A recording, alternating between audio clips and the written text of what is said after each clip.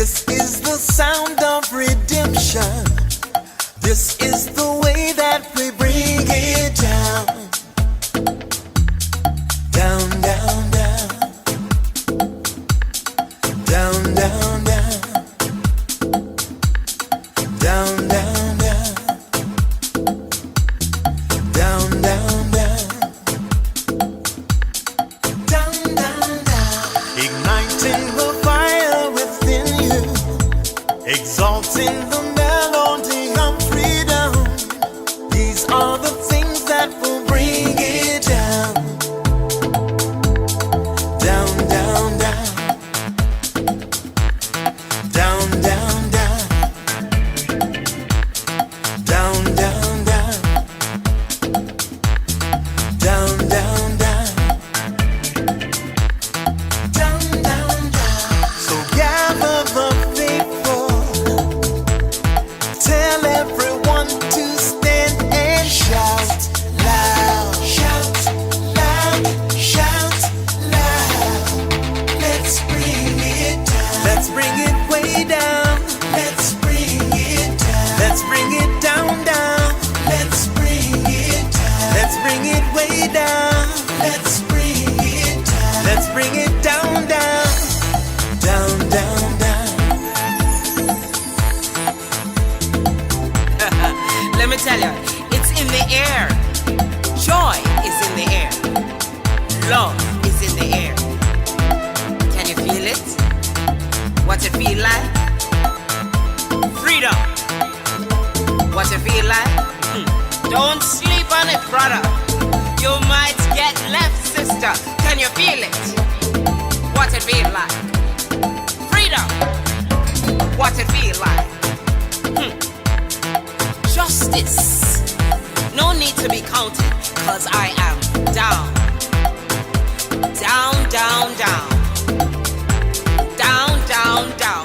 Down for the end of racism, for the end of bigotry, cause I am down. For the end of misogyny, that's right. For all the isms out there, just down, down, down. Let's bring it down. Rise up, people.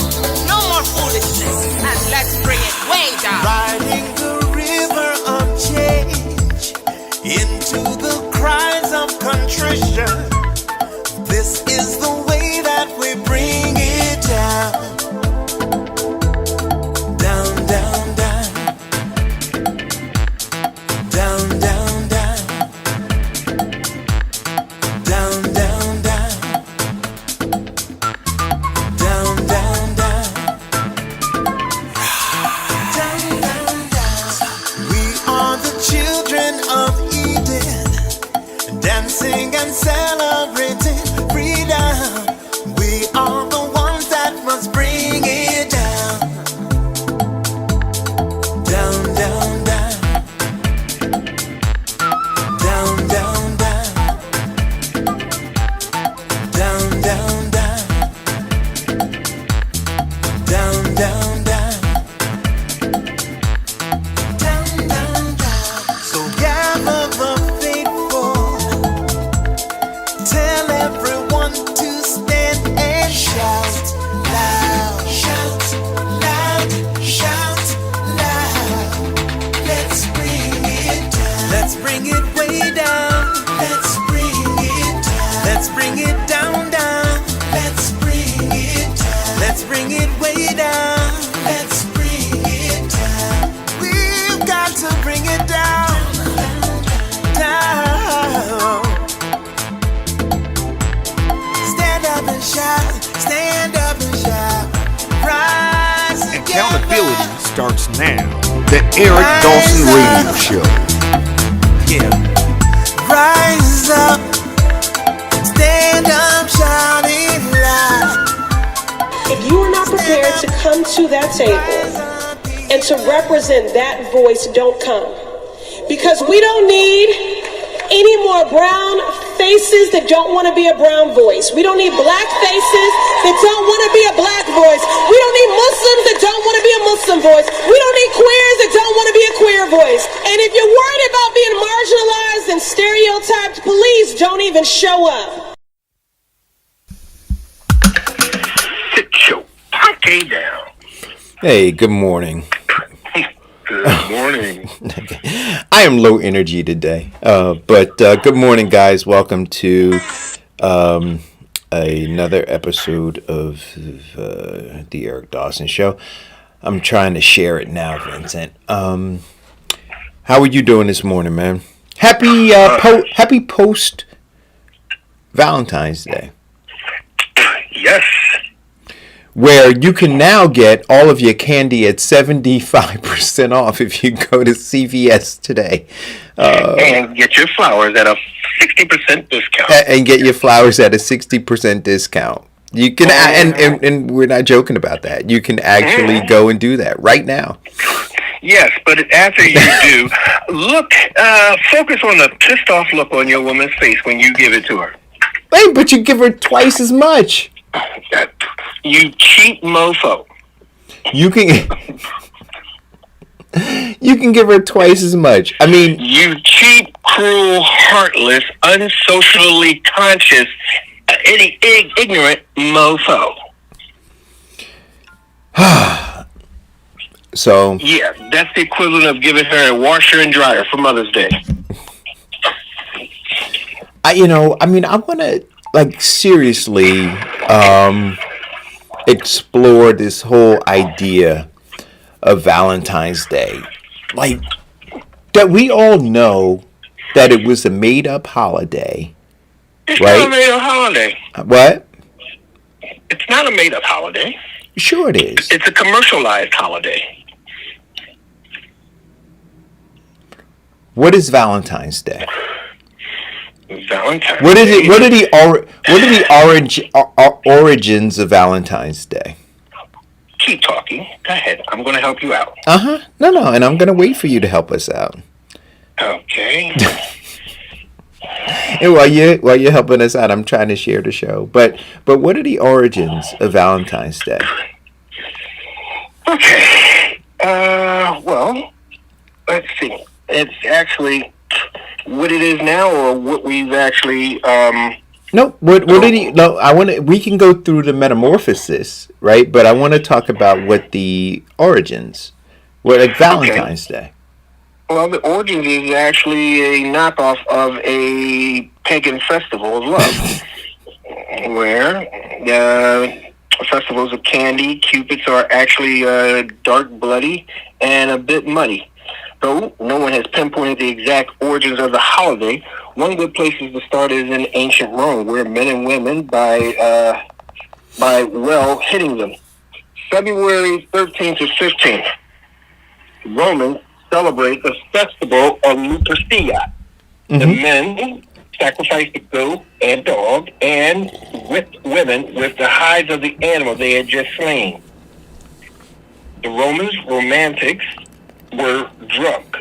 They were naked, says Noah Linsky, a historian at the University of Colorado, Boulder. Young women would actually line up for the men to hit them. See, wait. So because it was believed to make them fertile. Okay, wait a minute. So, all right. So, okay. The brutal fetish included matchmaking lotteries in which young men drew the names of women from a jar, and they would be coupled for a duration of the festival.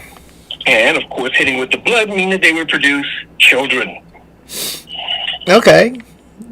Yes. Now, Valentine on February 14th, a different year, was the 3rd century, and the martyrdom was honored by Catholic Church with the celebration of Saint Valentine's Day. Later, Pope Geselius, in the 5th century, by combing St. Valentine's Day with the pagan ritual that we just discussed, the festival was more of a theatrical interpretation of what had once been. It was a little more than a drunken revel of, getting people to have sex and fertility. So, all right. So, and so then we went from. By the way, around the same time, the Normans celebrated Galatins Day, which means lover of women. Okay, so then That's how it. Go ahead. we went from that to boxes of candy, flowers, teddy bears, right? Yes, that part, the romance came in, was exemplified during the period of Shakespeare. Because people would pay Shakespeare for those beautiful melodious sonnets that they would read to their betrothed or betrothed and get them in a amorous mood. Oh, by the way, 1913, Hallmark cards of Kansas City, Missouri, started taking the sonnets and mass producing them for Valentine's Day, February. And the holiday and February has never been the same since that day. Since 1913. Yes. That's right. Where they just said, you know what? Everybody could say the same thing to their loved one. Yes. 17.6 billion in cards last year. 18.6 billion in candy. 32.2 billion in flowers. That's how we became the commercialized version of Valentine's Day. Yep. And what year was that again? Well, Origins. No. Hallmark mass produced 1913. Okay, so we'll mark that day. Mark 1913. The rest of it, I think that there may have been, some. I think that individuals prior to 1913 were still making decisions about what they wanted to do, right? How they felt. There was some authenticness about it, right? Or authenticity about it. But I think as of 1913, where it was clear that money could be made, right? That's where the messaging started to change, and people, unbeknownst to themselves, became victims of this capitalistic society, right? And from that day on, the decisions that you make to spend the money that you spend, which makes no sense, right? By the way. But you spend the money that you spend because you've been conditioned to do it. Here is the boomerang effect of a capitalistic society in terms of monetarization of things that don't need to be monetarized, henceforth love. Monetarization of love in a capitalistic society means that they produce products which you spend money, which is supposed to prove or get weak-minded people to believe that if a person does this, he truly loves you, or she truly loves you. Now, so, capitalistic society, greed, and social or peer pressure has a big role in how we treat Christmas, birthdays, Mother's Days,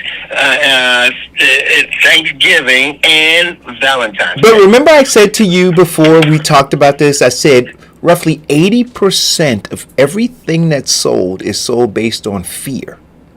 Fear.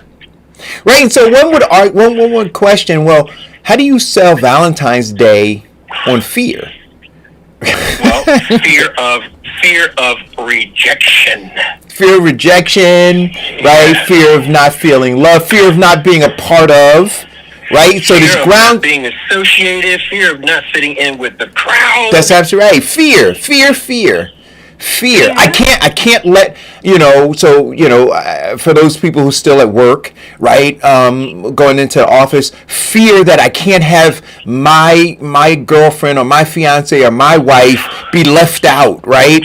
Or for her feeling fear of people not believing that she's as loved as everybody else because she doesn't have the bouquet on her desk, or she doesn't have the balloons on her desk, or she didn't get the box of candy delivered to her, right? So all of this it's about perception, fear, right? Well, but when you finish, I'll tell you what I did one Valentine's Day for a girlfriend. Go ahead.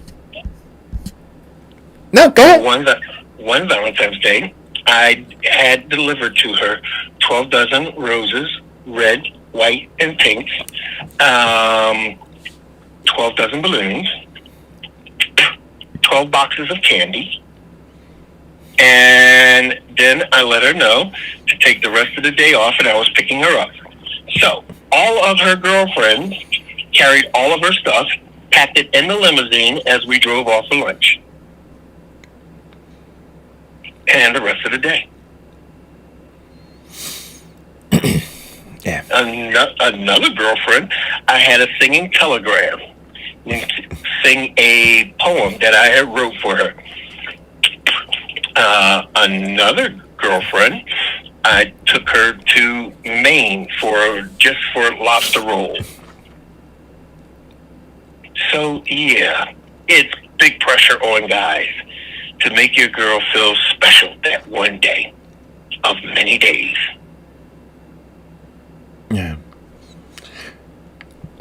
So do you, and since you're at your Google, before we move on from Valentine's Day, the heart.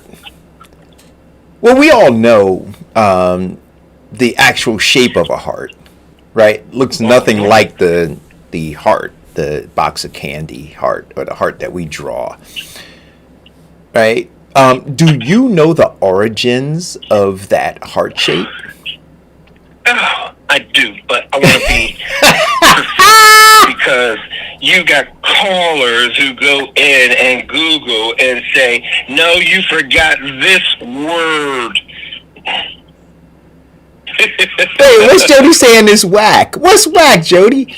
But anyway, so the heart, the actual shape of the heart is the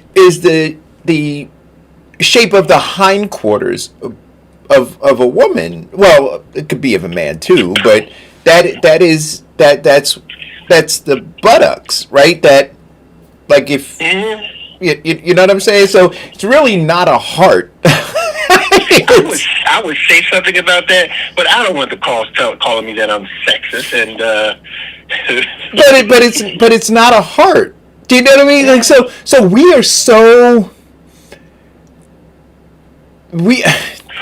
we're so gullible, right? That we pick this up. Like, everybody knows. People know what a heart looks like, but we'll say, get the heart-shaped box of candy, and we know that that's not really what a heart looks like, right? And so that shape, right? If you were to look at a woman from behind, or a person from behind, if they were on their knees, right, or bent over, right, those two sides, right, are the left cheek and the right cheek, right, coming down, and then, you know, it forms into where the thighs would be. Now the artist actually brought it into a point at the bottom, but if you kept it, you know, down the sides, it you know, you would see the outer left and outer right side of the thigh, right? But that's the shape. So the shape's not a heart at all.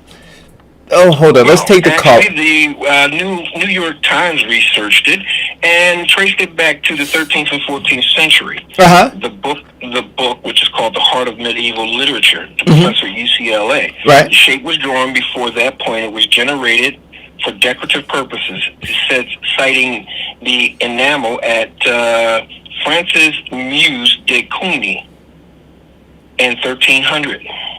As one of the prominent examples of the idea of romantic love being taking shape during that medieval time period. People thought the hearts as a book of memory places where God commandments are written, and believed feelings for the beloved were somehow written on your hearts.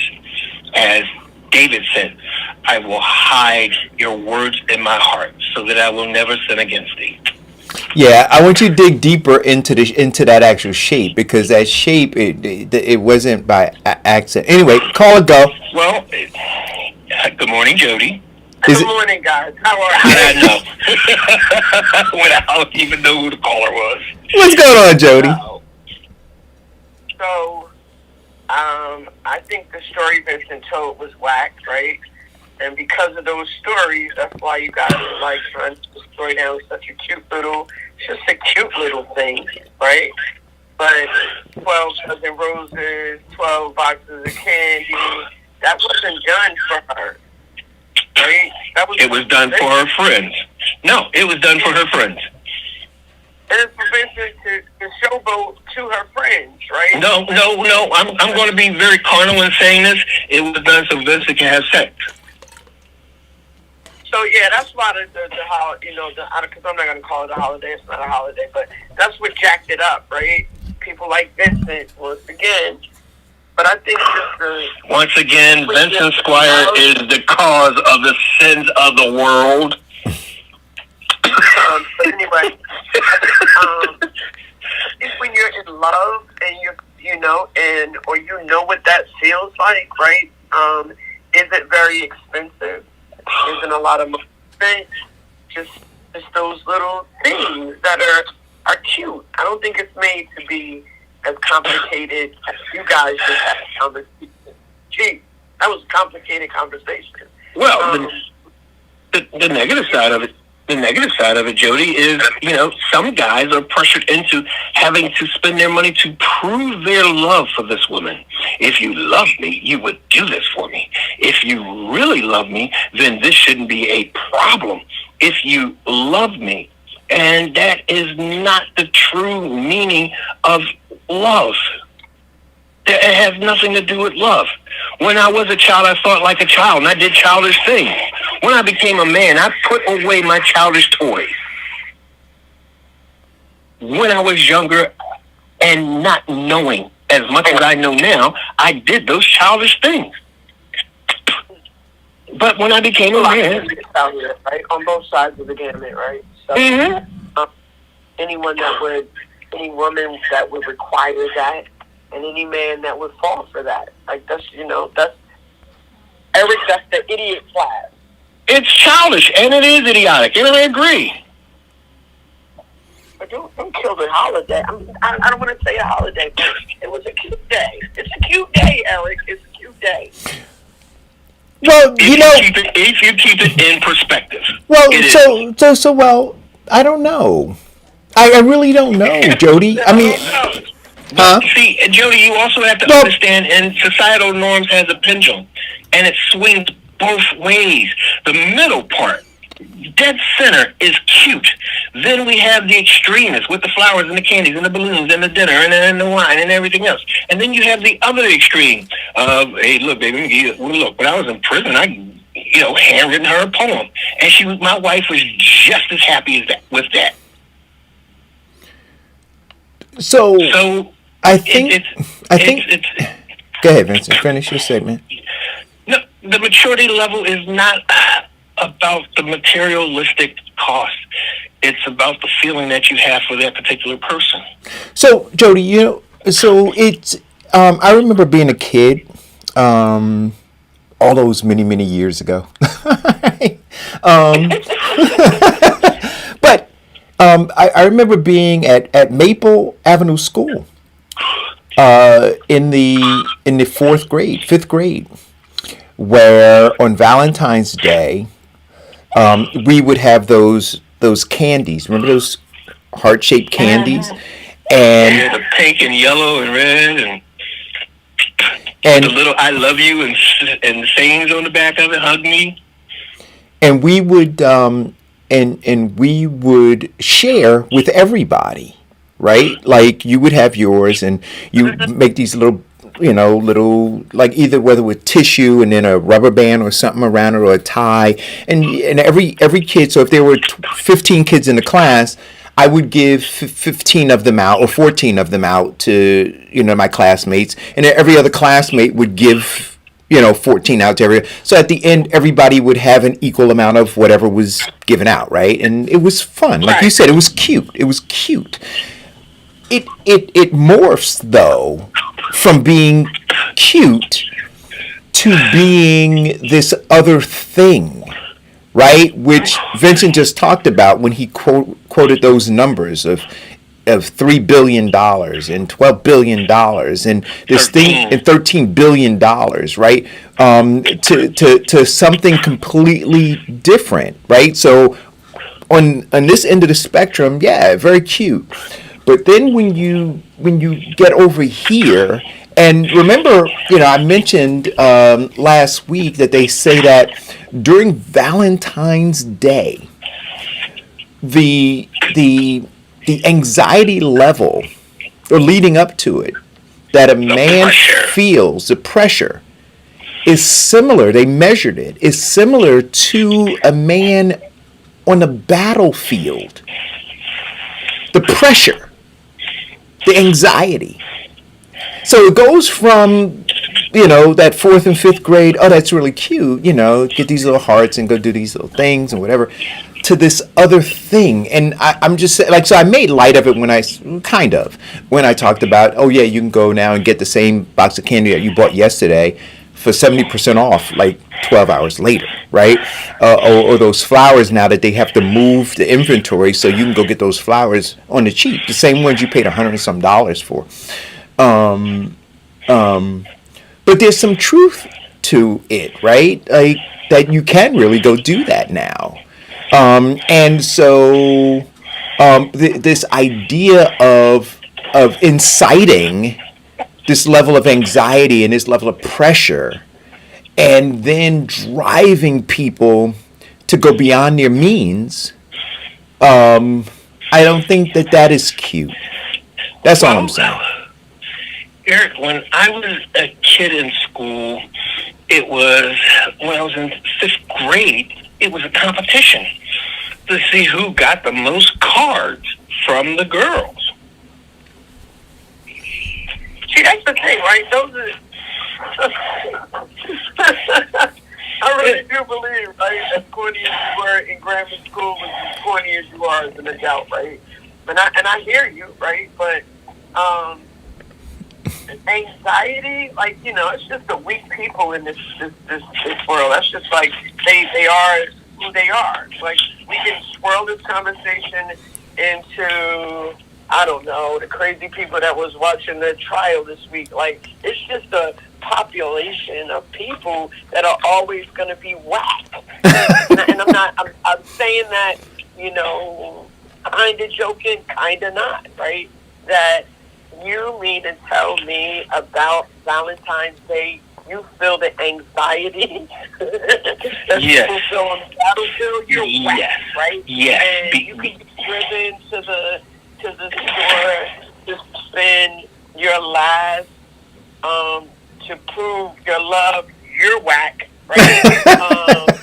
You feel that a box of candy delivers the message of love. Whack. Like, I could just keep saying whack. And those people, Eric, like the people that was stuck on Trump, right? You're just whack, and we can't save you. But like, just chilling, cute, like the cuteness of it, right? Like just I don't know. I'm a girl. I'm I have my ways, but I'm a girly girl at the end of the day. That just appreciating that time. Let's say if you go to a movie, we can't do all these things in COVID, right? But you can stay home and watch Judas in the fire and bang out and have a big conversation about how crazy this country is. That's what I did on Valentine's Day, right? Yeah. I watched the movie and I got to talk to a male species that I like to talk to most. It's just that simple, right? And destroy this country and all of its philosophies and yell and scream about and wow, that was so cool because I'm not whack. But I do accept that there's people out there that are just that whack. Anxiety over Valentine's Day. Yeah, you got some issues beyond Valentine's Day. Whack. Okay. I'm done. Yeah. You do, and it exploits that. But let's look at another aspect of it, and why Eric was talking about the anxieties of it. It's just like some women dress not for their men, but for the approval of other women. Also, the size of your engagement ring is not for the woman; it's for the approval of her friends. And Valentine's Day for some people has that same thing. It's not for showing your love to this one woman; it's showing to everybody else how much you love this one woman, and you want to get it right because God knows that your love is now socially misconstrued. That you're this heartless, careless, stupid individual who, would forsake your love for, a couple of nickels. Right, but I agree with Jody. God, words for the day, whack. Right, I was gonna say I agree with Jody. Right, all of it is whack, and what Eric Dixon says in the thread, is true. Right, socialization is real, right, but to conform, to that is just whack. Right, I guess I get it. Word for the day, Eric. It's whack. Right, whack. Word for the day. So listen, Jody, week number 2, I am a fan. I waited all week to watch The Equalizer again. And last night, man, as we approached the 8 o'clock hour, I was all set. And I tell you, it didn't disappoint. It didn't disappoint, and I like where it's going. That now she's going to fold back into the agency to some extent on her terms. Yeah. Right? Mm-hmm. Have resources now to be able to, to assist in what it is that she's going to be doing. I was excited again. So I can't wait until. Good, right? Yeah. We've got a show, Eric. We've got a show. Yeah, man. I was like, go ahead. Sign up for Eric's watch party. Right. We got a show.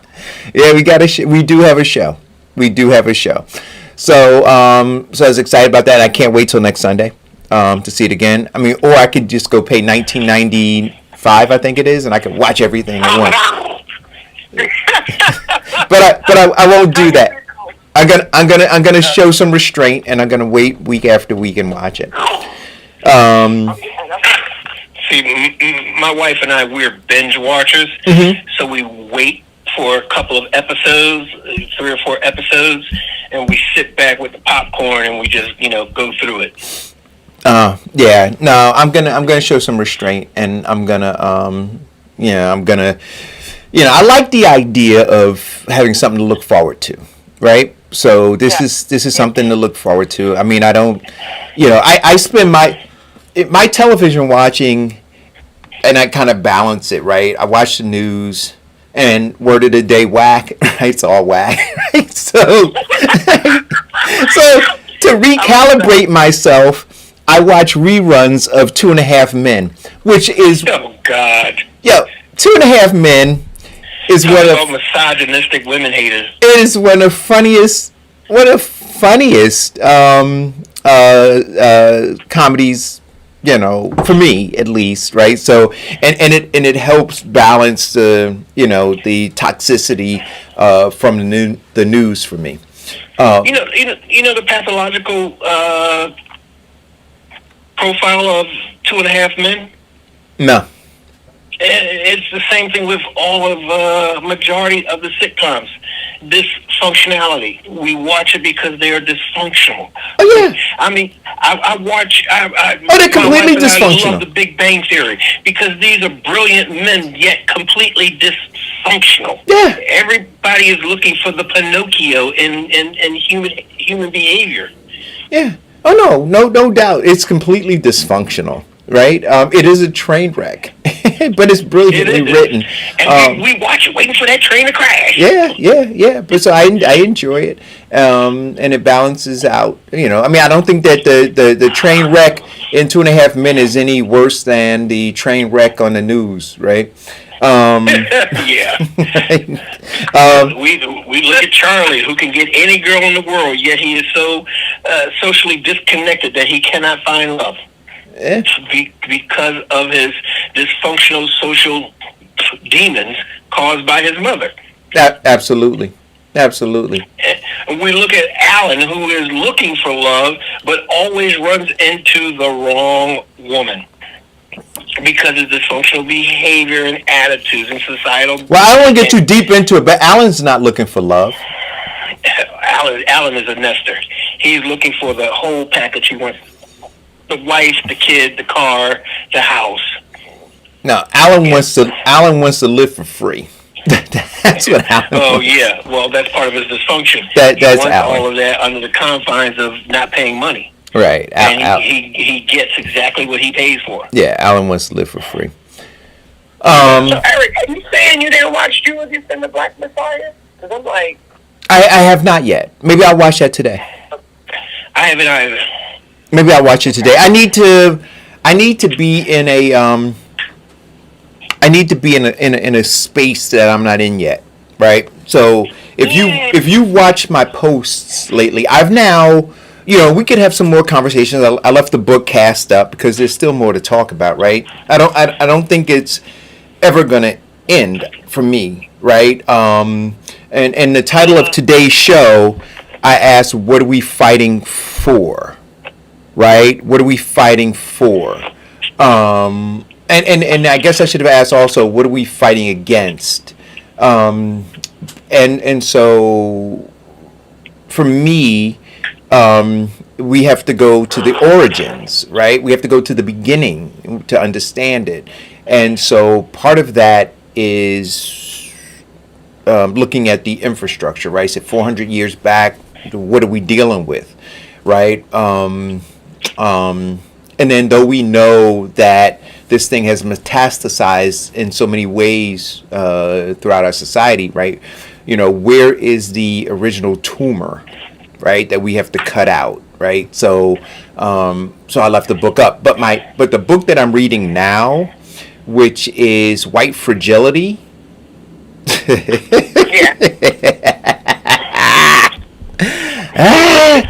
I gotta tell you, and I put a couple posts up on my page. Did you see them? Right, so I'm gonna read them to people because you gotta understand this. And I'll tell you, I've gotten some calls from some of my white friends, but more deafening than the calls from some of my white friends, the silence from some of my white friends, right? So what I wrote was this, and this is out of the book. It says, and I want you guys to think about this when you engage in a conversation, specifically with white people, or when you watch the news and you hear commentary from white people, or when you watch our government and you watch white people talk about white supremacy or talk about racial injustice, right? This is what it says in the book. As opinionated as many white people are, including especially those in government and in mainstream news, on race, their opinions are for the most part uninformed and even ignorant. Now, I'm telling you. So now when you turn on like mainstream news and you see all these anchors like talking to you about how to resolve racial conflict in America, how to analyze racial issues in America, when you see in our government white people who are wrangling over racial issues in America, right? It says that they are, for the most part, uninformed and even ignorant. So now imagine now, if you embrace that and you say, well, wow, as I'm watching whatever channel, and they're going back and forth for 2 hours. If you say, well, all these people who are going back and forth for 2 hours are, for the most part, uninformed and ignorant about the subject that they're talking about, that they're being paid a lot of money to sit there and pretend as though they know about it. And we sit and we watch it. Right? So I'm going to go on. And this is why in the book it says that they're for the most part, uninformed and ignorant. It says, there is nothing in U.S. mainstream culture that gives them the information needed to have a nuanced understanding of arguably the most complex and enduring social dynamic of the last several hundred years. Now, nothing in our culture, nothing that gives them that information. So what they're pulling from is false information, and then they're spewing a narrative based on this false information that they've absorbed their whole lives. Right? I'm going to read further. Yeah. It says, however, because they have been groomed in America's social hierarchical structure to believe that they are the dominant caste, they must be wiser.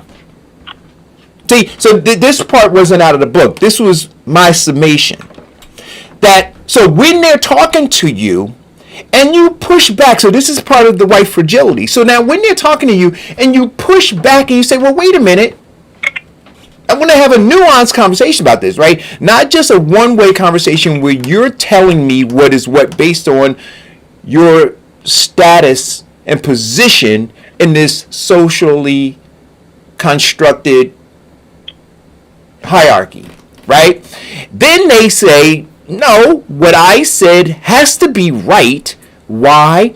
Because they have been groomed their entire lives in this America's social hierarchical structure to believe that they are the dominant caste. So they must be wiser. Therefore, they must know and be able to lecture everyone on race, racism, and the solution. So what do you think about this? Because I'm telling you, when I posted this, I get calls and inboxes and text messages. When you talk to white folks about race, right, they will shut you down and tell you you're wrong. This is what it is. Right? Go further. It says, when they are engaged in an open and honest discussion about race, white fragility quickly emerges and is usually evidenced by their silence, defensiveness, argumentation, certitude, and other forms of pushback. Right? I just want you to go back and think about it. So, like, when you challenge them, right, that's what you are met with. It says in the book, these are all social forces intended to prevent us from obtaining the knowledge needed in order to engage more productively. These powerful forces function to hold the racial hierarchy in place. So when you do try to have a conversation, you're shut down. You're told you don't know what you're talking about. They know everything.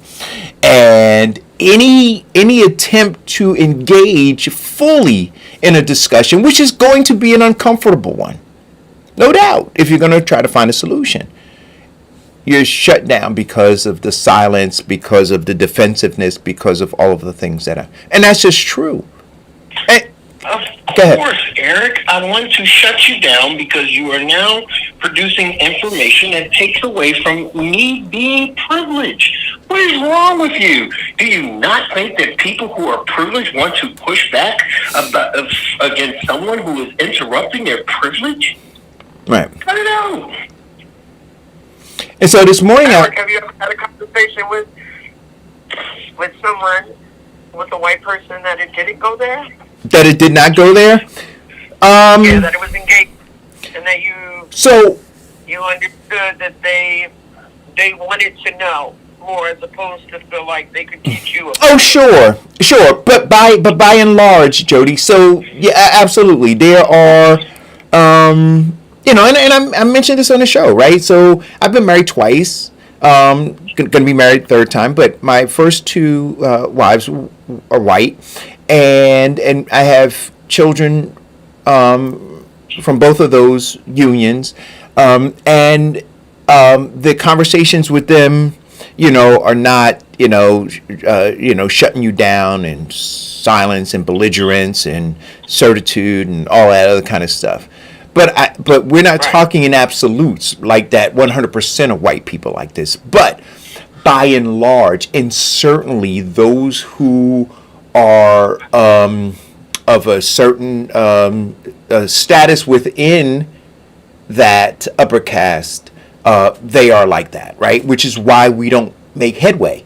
But with regard to other white folks who do engage in conversations, there always is a point because they can't they have not experienced all of the things, and again, there is no there is nothing in America's culture, right, that really provides the necessary information, right, for them to really come to a conversation prepared to deal with the nuances of it. And so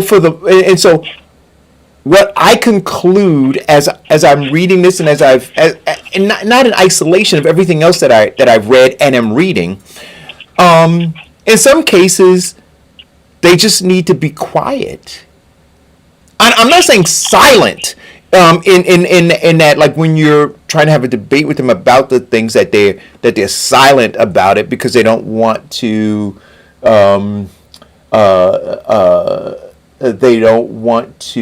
unearth the ugliness of all this stuff. I'm just saying that, just recognizing, right, that yep, there's an issue, there's a big issue, and beyond that, I recognize that I am ill-equipped to really address it. Right? That silence I'm talking about. Right? As opposed to, well, let me tell you what I think. See, because as soon as you do that, I go, whatever you're getting ready to say is based on what? Right? Go ahead, Vincent. I don't want to ruin it or spoil it, but I've been interviewing with a guy who was in a cult. He was in a white supremacy group called the Oath Keepers. And he shared with me, some of the inside of what they do. And really what it is racism, superiority on the lower levels, or the lower caste, the in-between, the higher ups, is its actual cult following. The belief of something in which they are just as disillusioned as a lot of black people of their hierarchy and understanding. Yet they truly don't have the intellect or the will to break against the cult because of the social pressure and the pushback and being excluded out of the group. And, it's a lot. It's very deep and very intrinsic in some of the lies that are spread that they are force-fed to believe. And everything that they talk about supports those lies, even though they know that what they're saying is a lie. And one of the things that ring consistently in my ear is that he said, I wanted to believe that this was right. I wanted to believe that this was right. I wanted to believe that what I was doing was right. What are you speaking in vagality? When you say what, doing what? Saying what? Talking about what? Believing what? How they felt about other races and the stereotypes in which they could, if you look for something, you eventually find it. In every stereotype, there are some people or some forms of media or information that they can get to substantiate it, even though it's an anomaly and not the norm. And they wanted to believe that the anomaly was true for all the races. Yeah. Gang, I hate to do it again. Whack, right? Because theories. I wanted to do better. I wanted to be better. But I had all this coming in, right? You didn't want to be better. it takes a certain level of base hatred, right, to want to look at, I don't even want to say us, right, to want to look at a group of people and base them and see them negatively. It can't be by what you see, hear, and watch, or in that I wanted to do better, I wanted to know better, I wanted to feel better. Like, no, you didn't, or you would have done better. No. You do better. No, Jody, that's half of it. They want to be better, and they want a better country, but they only know a portion of the information and the ills of the country. They want to do better. So when we say, so I want to get to this. Right, but when we want to get better, right? So you say we want to get better, right? Like what does that mean? What does that mean when they what does better mean? Does better mean because the real better, right, is that you forfeit your privilege, right? You forfeit you shed your status, right? Your perceived status. You openly renounce it, right? That's better, right? I mean no, Eric. That's better for Eric. No. So what I'm at? Wait. Let me finish. But wait a minute. But you didn't allow me to, Vincent. You didn't allow me to finish. Oh, I'm sorry. Go ahead. Right. What is better for them? That's what I asked. Not what's better for Eric. What's better for them? And so I'm saying, are those the things that I just mentioned? Is that what they mean by better? And if not, then tell me what your understanding of what they meant by better is.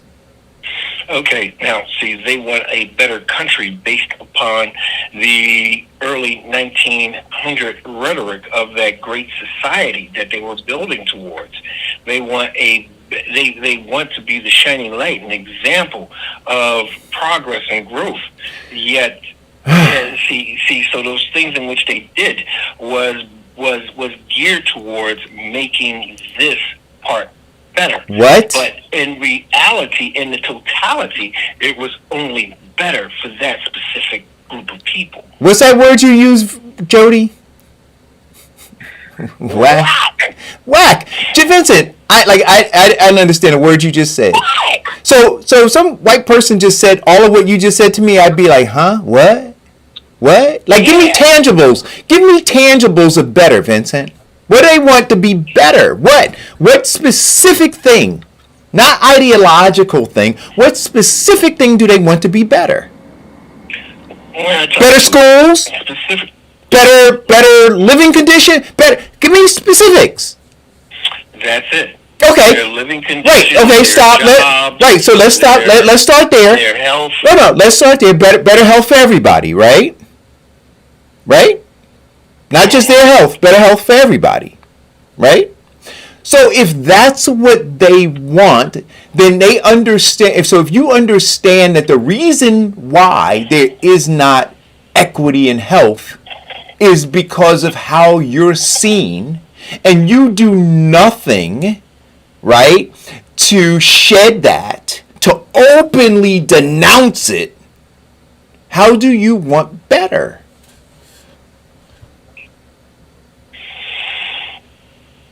You're asking me? Yeah, I'm saying how do...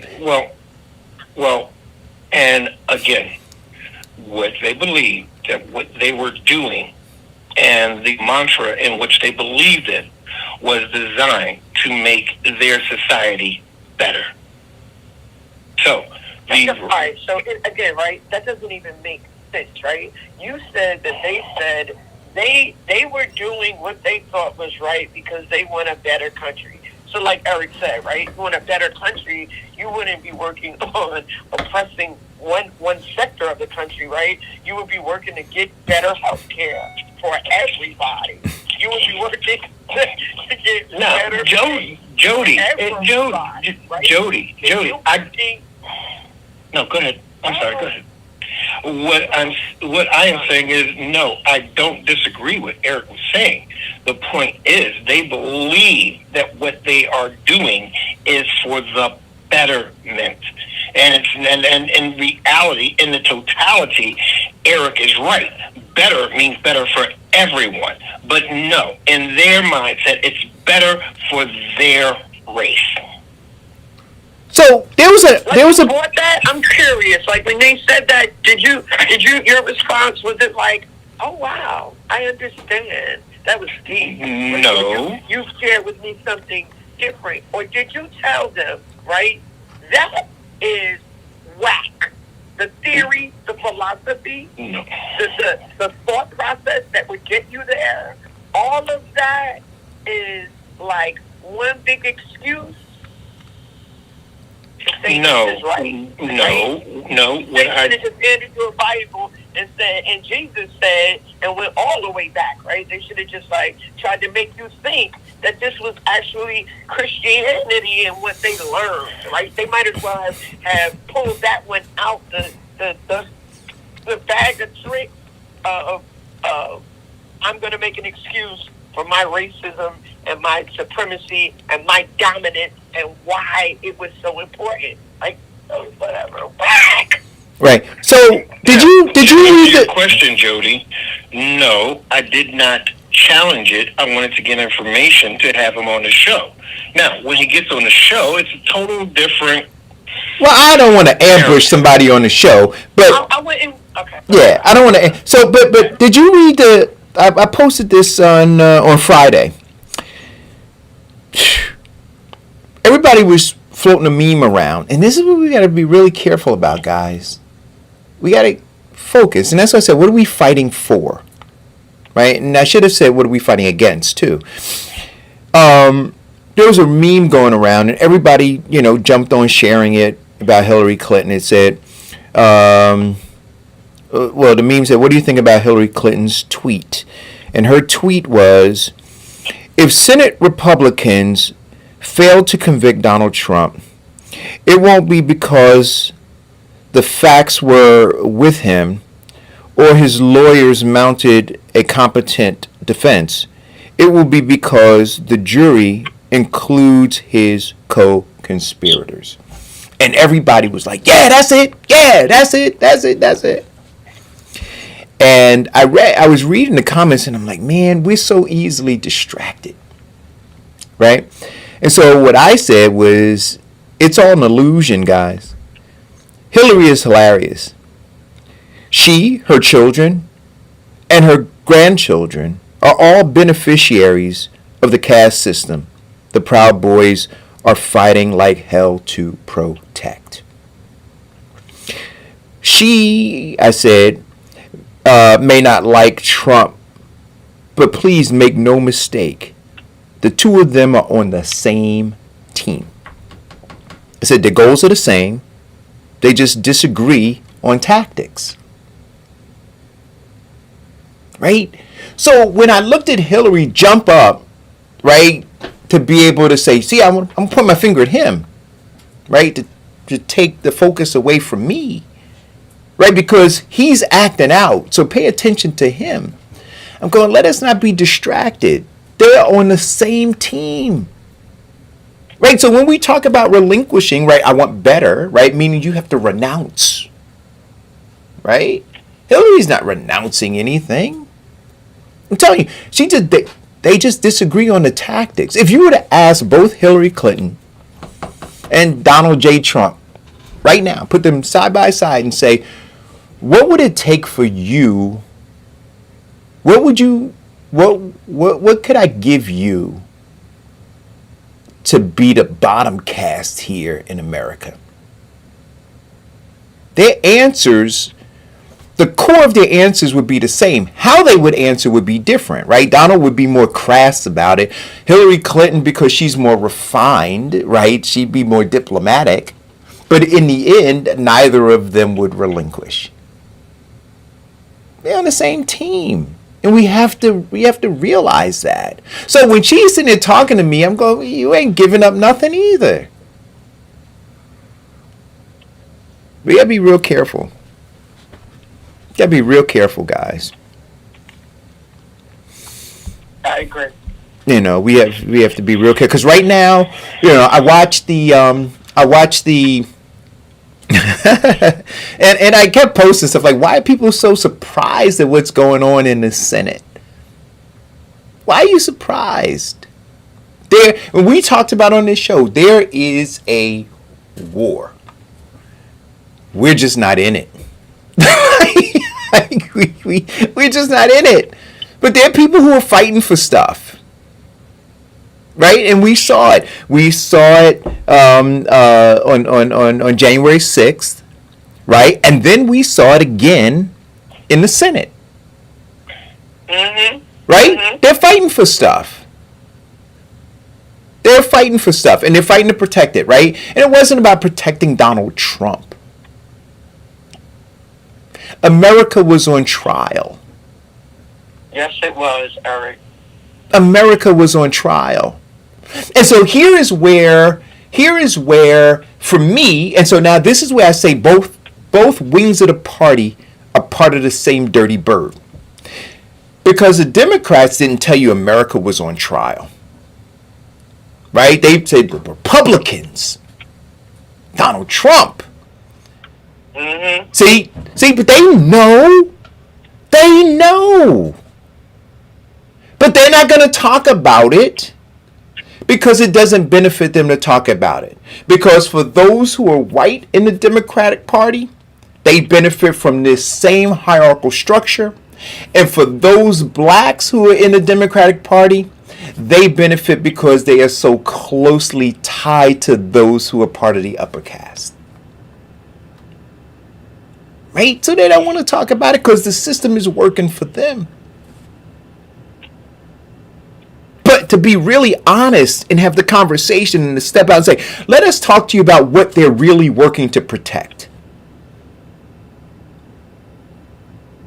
They won't do that.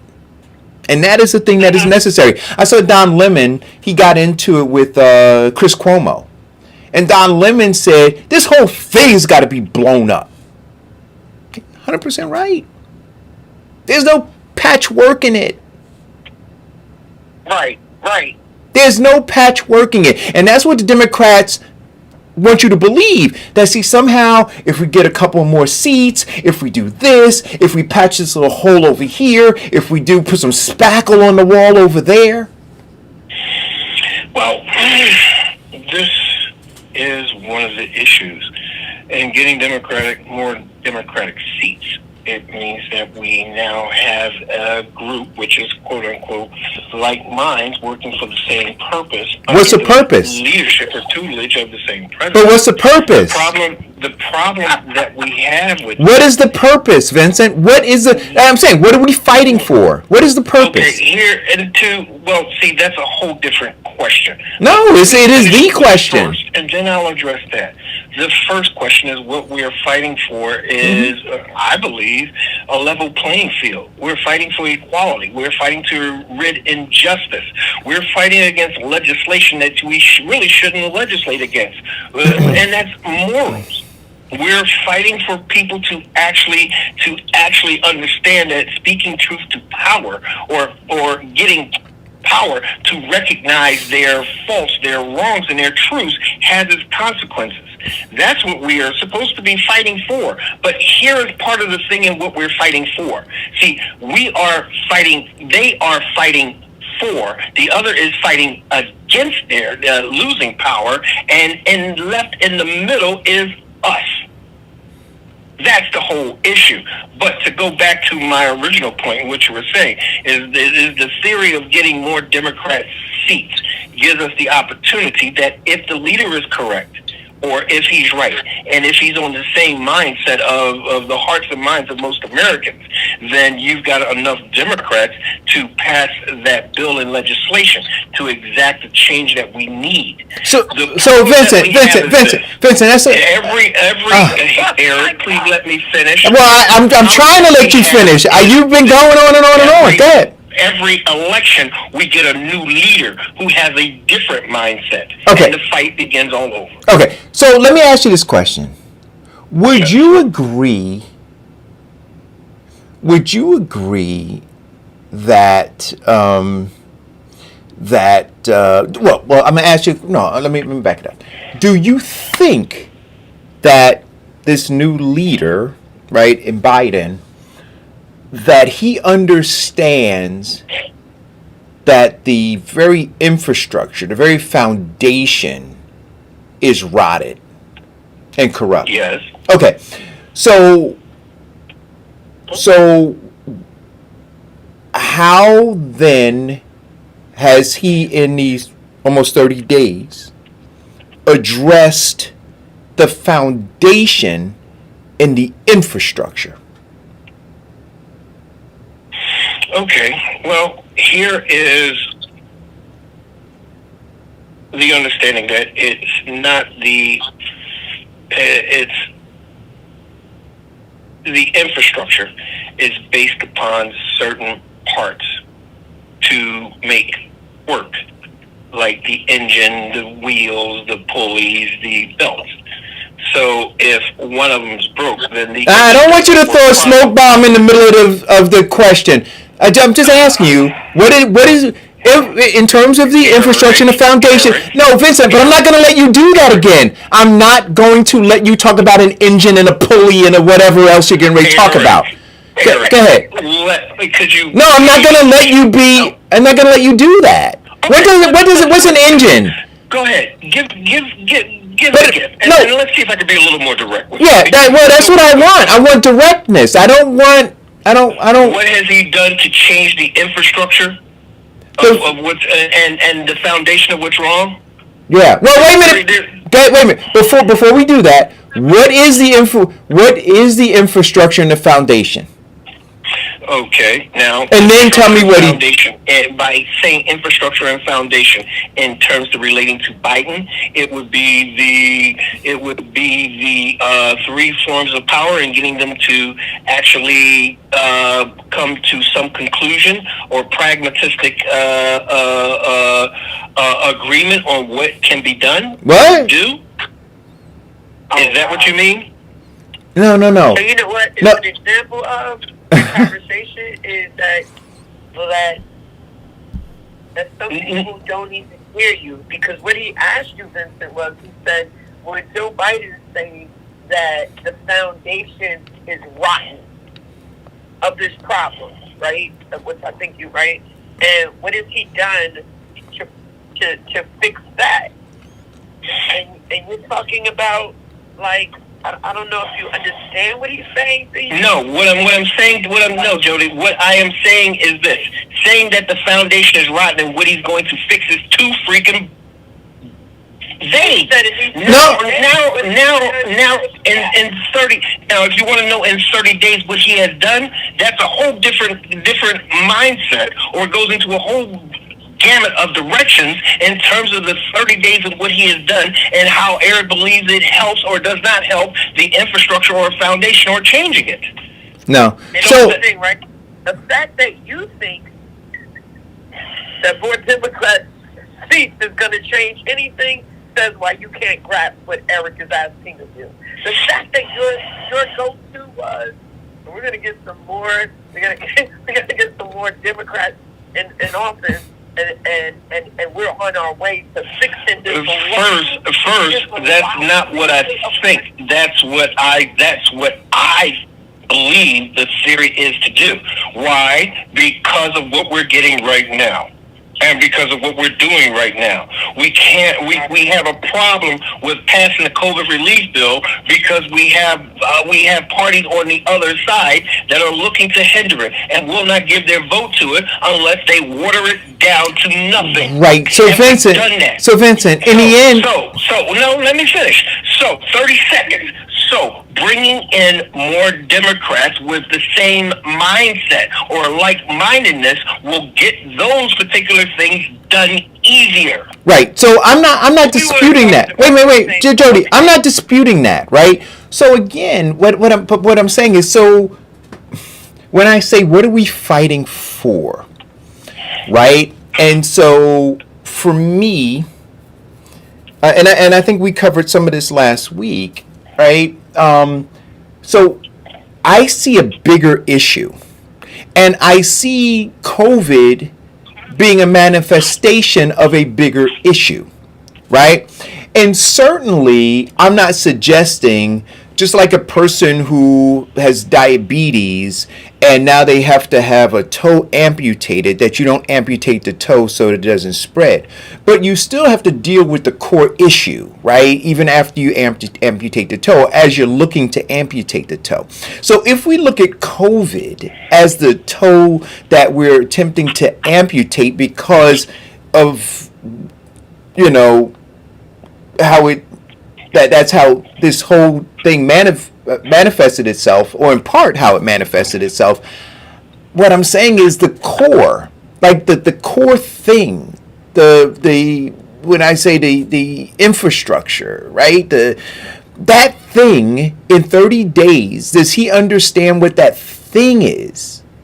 That thing, right? So we can have the conversation about this, but if we're not having this conversation over here about this thing, then we're just going to have more stuff like COVID, right? More other stuff. And then, we'll deploy resources to resolve these things, knowing that they're going to crop up because we haven't addressed this core thing. And so I'm asking, well, firstly, do you understand? What is that thing that we should be fighting that is the core at the root of it? And does Joe Biden understand it? And then what in 30 days so far has he done to at least address the presence of it?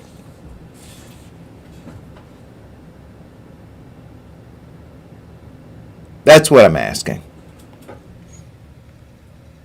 I don't know if Vincent is still on the phone. I'm still on the phone. Yeah, but I want to mute so that there is no distraction. Yeah, so that was clearly. right. So that is the question I'm asking. And now, thank you for clarifying in terms of COVID and what he's done in the 90 days. Let's see. He has implemented and ordered close to 400 million more vaccines. Not only that, but he also has put in a motion to have them delivered in the ethnic communities or in the urban communities. No, I understand COVID. We've cleared COVID. No, we've cleared COVID. I'm not talking about COVID. Okay, so because you did say COVID, so what specifically in his 30 days that you want to address? Because saying, that whole infrastructure is too broad. Now we're down to one that I can do in 60 seconds or less. And then we can go on to the next one. Okay. So like Eric Dixon said, COVID is a symptom. Agreed. Okay. So we should be addressing the symptoms, right? For sure. But we should be addressing the disease. And what is the disease? Okay. See, again, we're back to COVID. No. But if you're saying COVID is a symptom, and please, if you're saying that in terms of the effects of COVID on the black community. No, that's not what I'm saying. No. I'm saying poverty is a symptom. COVID is a symptom. Our disparity in education is a symptom. Our housing issues are symptoms, right? I can go down the line of all the different symptoms, but they're symptoms of what disease? Yeah, they're symptoms of a disease, and the biggest disease, or the lowest common denominator in those three topics in which you talked about, has to do with institutional and systematic racism. Am I right? Well, no. I'm asking you. Am I not understanding? No. I'm asking you. So if that is your belief, right? I'm just asking you. No. I want to know, am I on point with the subject narrative? Well, is that the ones that you're looking to find what he's done in 30 days? So yeah. So I'm saying that if we understand what the symptoms are, right? I'm saying, do we understand what the disease is, and then are we in agreement with that? And then what? Wait a minute. And then what in the 30 days has he done to address the disease? Okay, now if we're in agreement that we're talking about institution and systematic racism, which leads to the disparities in those topics, then yes, I agree with that. Now, what he's done within his 30 days was day one, in which he got Rice in charge of the Fairness Act, which is diving into investigating and prosecuting and has started legislation on combating that. Housing, medical, food, jobs, contracts, all of that is involved, which is designed to oppress a certain ethnic group or groups. That was day one.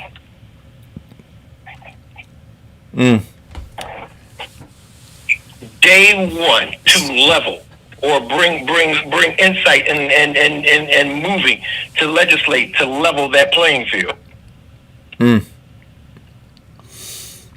Oh, okay. All right. I hate to be the one, but I'm gonna be the bad guy, right? So again, I get so sick of having this conversation. But you know what, Jody, I continue to have it because. Oh, well, hold on. Well, wait a minute, wait, you were done. Wait a minute, Vincent, wait a minute, Vincent, you were done, and now we're gonna have a conversation. I'm sorry, because there's another. There are three more, but there's one. No, but Vincent, don't do that. Like literally, we sat and allowed you to have that conversation. We didn't say anything, and now you'll have another chance. I just want to bring some clarity to it. That's all. And then you could talk some more. I continue to have the conversation, Jody, because until and I'm going to go back to to the words of the wrestler in Roots, right? Until we can speak the same language, right? We won't be able to mount a formidable attack, right? Because we don't know what we're attacking, right? So we have to be patient and take the time and have the conversation, because there are people. I mean, it's the three of us right now on the phone and whoever's listening. But these conversations are happening all over the place. I mean, I can tell you, I have them outside of this show where folks are unclear, and especially like I told you, when you look and I saw the meme going around about Hillary Clinton. People were really unclear, or even the memes going around about Donald Trump, and them not understanding that this thing was bigger than Donald Trump, right? And so they were fighting, and people were were focused on him and whether he was on trial and that he got acquitted. And then I said, it's bigger than that. And unless we all understand that, we'll be distracted by that guy. And so when I say I'm tired of having the conversation, right? I don't mean the conversation. So I don't mind drilling down on it. I don't mind trying to reach people, but silly as it is, the earlier conversation about Valentine's Day, I have come to the conclusion about a multitude of issues that some people you ain't gonna be able to flip. Vincent doesn't even hear you. That's why you have to keep repeating a question or trying to make him understand it, because you're struggling, hey, well, maybe if I say it this way, right, they'll get it. No,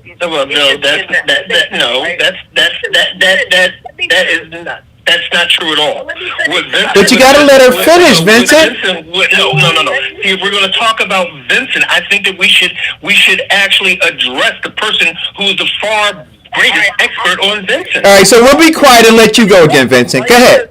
I didn't interrupt you, so I don't want to interrupt you, right? Yeah. So you when we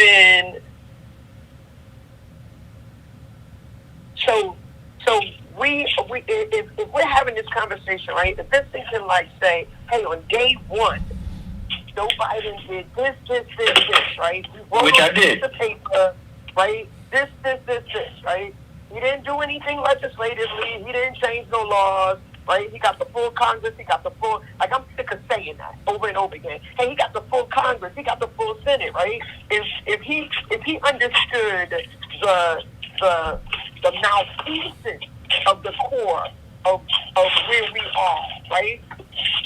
If he's going to, in the next few days, he's recognized and realized that the Republican Party is not going to be a bipartisan agreement, which they've now admitted to, that they just wanted a few more Republicans to go with the COVID bill, so it can look like, they actually said this, so it could look like there was some bipartisan, right? And now that we realize that ain't going to happen, we're going to run it through. Because we own the Senate and we own the Congress. We could make laws. We could change it all, Vincent. He could today put the John Lewis bill on the floor, and it's going to pass. There's no question about that. He owns the Senate, right?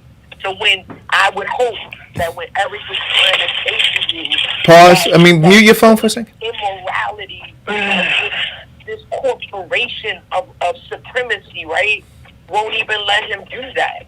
So that stuff you talk about day one, he said this, and day one he wrote this down, right? You just rhetoricking your damn self. You're not rhetoricking me, right? You're not reaching one of Eric's listeners, because I would hope and pray and know that I've been listening for the last few years, and the intellectual prowess of the people, of the Eric Dixons, of the Che Culture you talking to, they know that's not true, right? They know that that's rhetoric. That if someone wants to kill the beast where the beast lives, at the very minimum, we would see legislative movement. I don't give a damn if he was in his first 10 days, once he owned the Senate. If you really wanted to kill it, if you really wanted to move forward, if you really wanted to fight this beast where it lies, you would have put it on the floor. You would have put, according to you would have put those Republicans on notice that this is a new day and I'm trying to save the country. That's not what's happening. No. Rhetoric, having this very, very non-intellectual debate of distortion that you're giving. And so, but unlike Eric, I know you ain't going to wake up. You ain't going to never wake up. You don't want to be woke. You don't want to know. And you always got an argument to not be woke. And it's my opinion, maybe not Eric's, that we're supposed to leave you smoking over there unwoke forever. I'm good with that. I just get sick of doing it over and over and over and over with you again because, we got bigger things to do. We got more people to change that can at least want to understand it other than a party, right? That they want to know that it can be changed. We got a whole bunch of people unlike you, but there are some youths. They just stuck on stupid, and they staying there. Well, let's see. First of all, if we're going to talk about Vincent, then we should hear from the foremost expert on Vincent, which would be Vincent. Now, no. And I'm going to say it again, no. And the only distortion that I'm actually getting or understanding is when you want to distort what I'm saying into what you want it to be, which has to existingly stop at some point. Because no, please, again, I did let you finish, even at your behest. Please give me that same courtesy. Mm-hmm. Now, I did say day one. Day one, his executive order leveled the playing field. Oh, by the way, day 9, his executive order also got them to move forward on the restoration project. Now, now, if you don't understand politics, let me give you politics 102. We do not own the Senate or the House. We have the majority, which is only by one vote. No, please stop interrupting. We have the majority of the vote, which is Kamala Harris, the vice president. Now, what happens with that? Yes, we can win because it'll tie. She will decide to vote, and since it is not a majority vote, it goes back in for reconciliation, which means that same stall tactic goes into play by the Republican Party. And that's what we're trying to avoid. That's the big reason we said that we need more Democrats, so that we can win by a majority. Not a simple majority that causes us to go back and then be pragmatic and water it down, but by a majority in which we can make change. So I want to ask again, who is the we and us that you keep referring to? Okay, I'm talking about the we, or most of the we that voted for Biden. Okay. Okay. And again, I said most. I didn't say all. No. I'm just trying to get clarity on who the we and the us are, and what like I said, what we're fighting for and what we're fighting against. Again, for me. And I'm by the way, can I get 30 more seconds to finish out that last statement? I hope that my input and giving some insight gives a lot of clarity for some Eric Dawson listeners, so that they can also be unplugged and understand that, you know what, we cannot. If you're looking for a radical president, you didn't read the fine print to understand that he was a moderate. Okay, so wow. It has the same effect of turning a hoe into a housewife. It doesn't work. Right. A moderate will be a moderate. Just let me know when I can talk. Okay, go ahead, Eric. All right. Sorry. No, that's okay. I just, so for me, right, those are all distractions, right? And as long as we're focused on those things, the very infrastructure, which is dilapidated, right, will continue to crumble this house down on the bottom people here, right? And they'll throw out another thing to distract us, to get us focused on, and I think, and we won't hold them accountable for focusing on the thing that is supporting the thing that is keeping us in peril, right? So it's crazy the way that I don't know if it's just how I see it or the way that it is, but how I see it, right? And so I'm gonna just talk about how I see it now. So this thing is creating this. So it's like the pharmaceutical companies, right? They have medicine.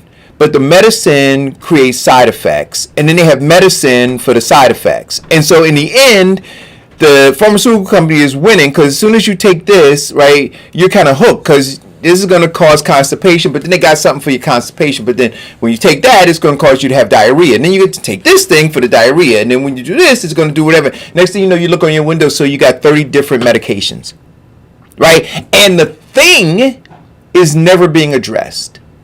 Right? But now you got these 90 or 30 different medications that are dealing with symptoms, right? And so when I hear the conversation, Vincent, all the different things that we're talking about, this executive order to deal with this symptom, this executive order to deal with that symptom, this executive order to deal with that symptom, this executive order to deal with that symptom, this is, right? However many there are now, 40 plus, right? But the disease still exists, and there's no, as I look at it, there's no focusing on the disease. It's like, I'm going to fix this other symptom. I'm going to give you $1,900 or $600 or whatever $100, in a stimulus package of $1.9 trillion, right? So another symptom that we can give you another pill for, right? But the disease, right? Which, and I think this is Jody's point, through legislation, we can start attacking the disease. But we're focusing on symptoms that we can sit and message about, right? Yeah, this is, but we're no further in a cure. We've just, we've just eliminated a symptom for now, right? And mask the fact that the disease is still present. And I'm saying, when are we going to focus on the disease? Do we understand what that disease is that needs to be focused on? I mean, maybe I got it wrong. I don't know. Well, let's see. We're talking about at least 400 years of dealing with the disease, correct? Yes? Sure, yeah. Okay, so we're talking about 30 days into action. No, I understand that. No, so listen, this is not a sprint. This is a marathon. No, I understand that too. And if you're looking again for Joe Biden to be the radical cure or the silver bullet, that ain't it. No, right. So all I'm saying is this. What I'm saying is that we're only talking about 30 days of cleaning up 400 years. No. You get. I think that again, you are in an attempt to deflect, right? So what I'm saying is, in 30 days, right? In 30 days, what movement? I'm not saying that he eradicated the disease, or that I'm looking for him to eradicate it in 30 days, right? Or on day one. I get that. I'm simply asking what steps. I see the steps that he's made toward the symptoms. I'm asking, what steps has he taken toward eradicating the disease? Not that he would eradicate it. I'm simply asking you, so when you talk about the accomplishments, that you list what you see as accomplishments in 30 days, I'm asking you to talk about what is focused on the disease and what's focused on the symptoms. So out of what you've mentioned so far, right, those things have all been focused on the symptom. I'm saying, what one thing in 30 days has been focused on the disease? See, and here is one of the things in which you have to, in which your viewers need to understand. And those things that I mentioned, you consider it focusing on the symptom. Mm-hmm. But here is one of the other things that we need to put into the narrative. The disease consists of 400 years of a mindset and a movement. And we're talking, the disease consists of something that will not go overnight, because a lot of minds do not change overnight. You're not answering my question. So what he put in place and what he did does address the disease. However, it is so difficult to legislate against stupid. No, I don't know. No, please, let me. It is difficult to legislate against ignorance. It is difficult. What does that have to do with my question, bigotry, Vincent? But what is easy to legislate against stupidity, ignorance, and bigotry affecting and harming someone else. Okay, so you still didn't answer my question. One thing. Just give me one specific thing that focused on the disease. Okay, yeah. That focused on the disease? Yeah. Let's look at the restoration. That focuses purely on the disease. It's okay, you did this, now you pay. Let's look at the fair housing. Wait a minute, no. The level playing field executive order. And so now you did that, you now have to pay. Vincent? Wait a minute, Vincent. Okay.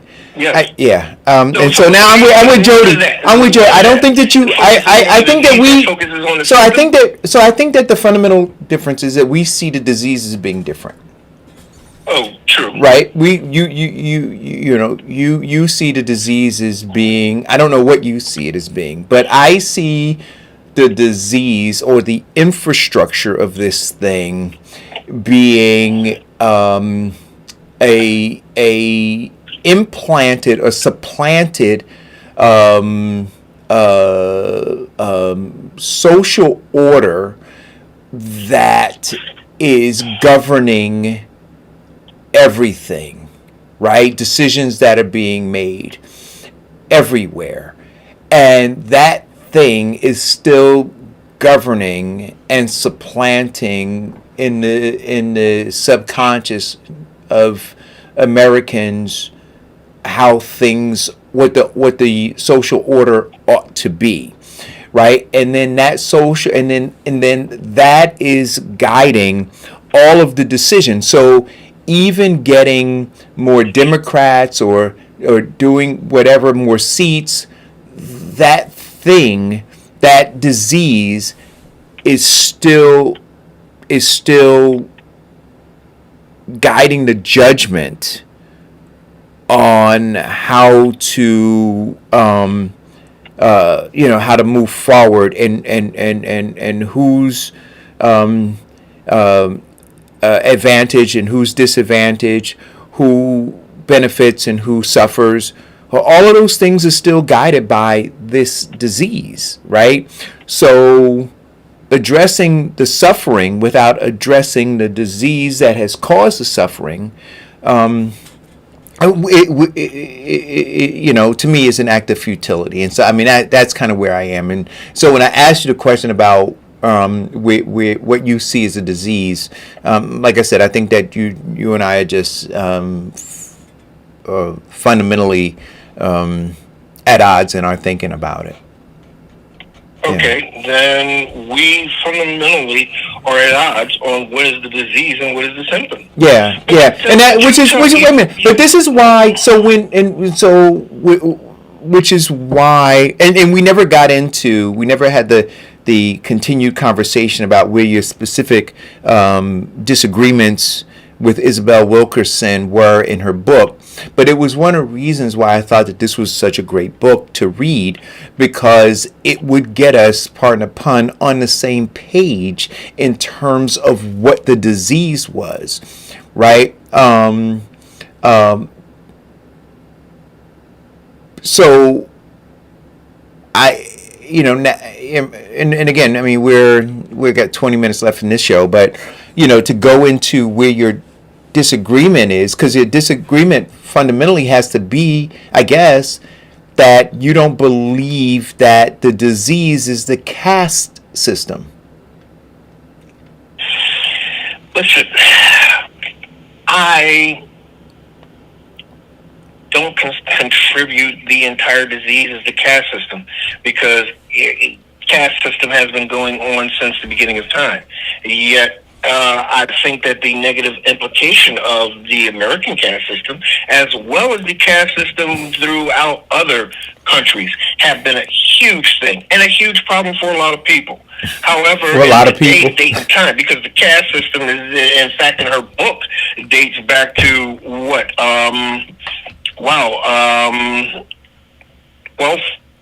12th century. Yeah, but again, no, please.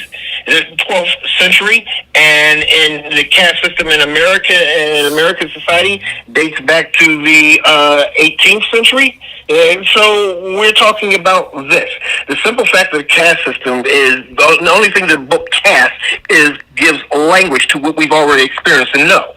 Now, the whole thing about the caste system is the simple fact of this. One, why would you be subjected to a caste and a caste and a part in which does not favor you? Two, the caste system can be broken with a few other things. So I don't blame the caste system for a lot of the ills. A lot of the ills have to do with the simple fact that the caste system allowed them to legislate certain things against us. And changing that legislation is our big fight for right now. There's a lot of things with the caste system or with the book caste is show how the systematic racism has oppressed and kept certain people down. Now that people know that, and they've been knowing that, what are you going to do about it? So the book caste has a lot of information, but it's not the be-all, end-all Bible to what's happening right here and now. The biggest problem that we have right now is the simple fact that you said earlier. Right. We're in a battle, and a lot of people just aren't getting in it. If people if people start paying attention to it, getting involved with it, getting their behind out to vote, and if you vote for the wrong person, next election vote their behind out, and it would do a lot in terms of changing. But no, we want to sit back and blame the man for our faults. We want to blame the man for our inefficiencies. And the man does have a level of culpability, but the biggest part of it is you. Because they can't crucify you when you're holding the hammer and the nails. So don't sit up here and give me this story about the caste system and give everybody a free pass for when they want to do, when they don't want to accomplish on their own. There are a lot of people who have gotten absolutely nothing and did great with what they had, rather than sit back and crying about what the other man got. Wow. Wow. And I tried not to raise my voice today. So therein lies the difference. There is. Therein lies the difference. Which I so ineloquently stated. Yeah,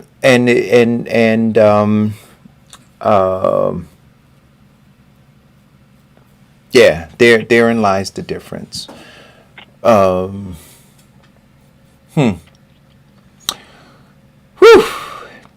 I don't. Yeah, Eric Dixon says, "Just God's grace, bro." Wow. That was wild. Yeah, that was wild. that was a lot. That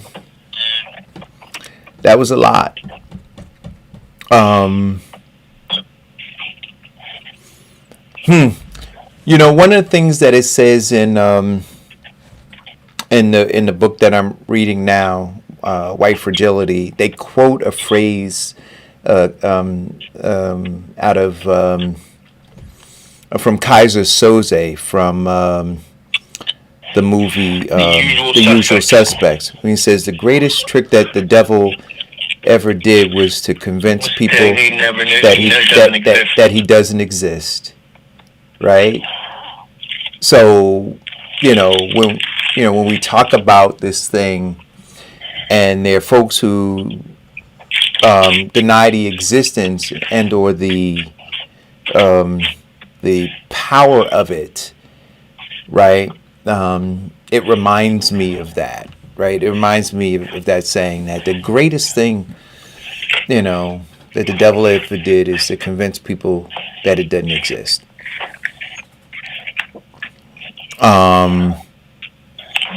So listen, and so here lies for me the battle, and I'm pausing at this because Jody, there are a lot of people, right, who in our ranks, right, as bottom people, who ascribe to exactly what Vincent just talked about, right? Absolutely. And so in the age of narratives, right? And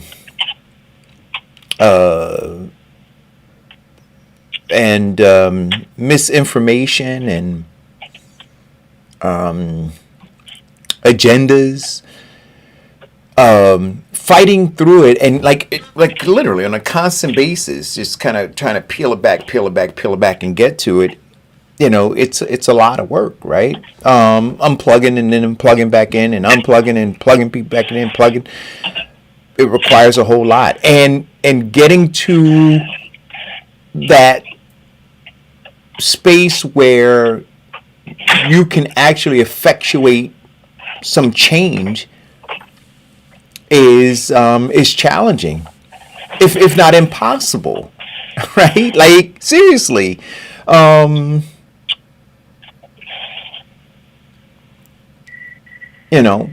we gotta keep having the conversations. But Deidre Pittner says that was deep. Yeah, I think it. I think it was.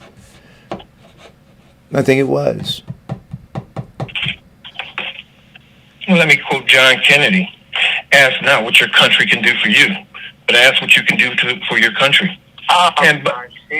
Blow it up. Blow it up. Yes, but when you blow it up, you're looking at the collateral damage. You could be blowing up somebody that you love. You blow it up. Oh my God. You know. Sometimes sometimes you have to be surgical and intentional, like a scalpel and a laser, to go for the exact point. And not always you need to be like a bull in a china shop or bring a sledgehammer. There was I posted this and I'll tell you, I don't know if you saw this morning. I posted. I said, tell me what the difference is. One said, make America great again. And the other one said, restore the soul of America. I said, but if we can agree to this, that if America and its wealth were built on the backs of free labor, rape, and the brutal treatment of enslaved Africans and their ancestors, what are we revering as great? And what are we hoping to restore? Thank you, Lord, for writing that. I'll wait for somebody else's opinion because I think I've said enough. No, I know. You can weigh in on answering that. I mean, I asked the question. America was built off the backs of slaves. Yet there are two things that happened. One, they did not share in the wealth of the build, nor did they get credit for it. And so it goes into the overlove or the wrong love or direction of American greed and or capitalism turned to American greed. The other aspect in rebuilding the soul of America, it has to do with, in the Bible, it's called recompense, or paying those that you have wronged. No, you're not answering the question though. What I'm saying is this: restoring the soul of America. Right. So is actually, for a lot of people, it's about paying through the nose, and for some people, it's about giving recognition to those who they have cheated, and taking them out of their place in history. But I'm saying, date back to when. I'm saying date back to when. So if we say we're going to restore something, that means that we're going to. So if you had a 1969 Corvette and you say you're going to restore it, right? That means you're going to make it look like it looked in 1969, right? That means you're going to restore it. So you're going to make it look like it looked in 1969. You're going to, you're going to take out the dents. You're going to repaint it. You're going to you're going to do all the things so that it looks like it looked in 1969. So when we say restore the soul of America. Well, see, a lot of that has to deal with the interpretation of the narrator and following his narrative. Now, when Donald Trump says make America great again, for white America, that means, yeah, we're going to make America great. Back in the time where, it was a white-dominated society in which we did this and we did that and everybody knew their place. But for black America, saying make America great again means you want to put us back in slavery. Right. So I'm saying, and the same thing for restoring the soul of America. Right. If the narrative is saying that we want to restore the soul of America back to the souls where, the 1619, where, we own people and everybody and all of those people were happy on the plantation, then no, that's not it. But there is a part that a lot of historians understand of the soul of America, back in the idealistic aspect of it, where one man can control his destiny without rule and casting of the king and crown, where one man can make his fortune off the... No, wait, Vincent, slow down for a second, right? See, because when you talked about make America great again, you referred to what that meant for bottom people, right? Mm-hmm. And I'm saying, so in the same that's what respect, I was talking about, the same thing. So making the soul, so restoring the soul of America, what does that mean for bottom people? What does that mean for bottom yes. people? Where restoring the soul of America relies in parts of the Constitution, where it says all men are created equal. Yet they all have an inalienable right of Wait. life, liberty, and the pursuit of happiness. Wait a minute, but that same Constitution existed in restoring in making America great again, right? Same Constitution. No, that Constitution did not resist in making America great again. That Constitution was put there to make America great.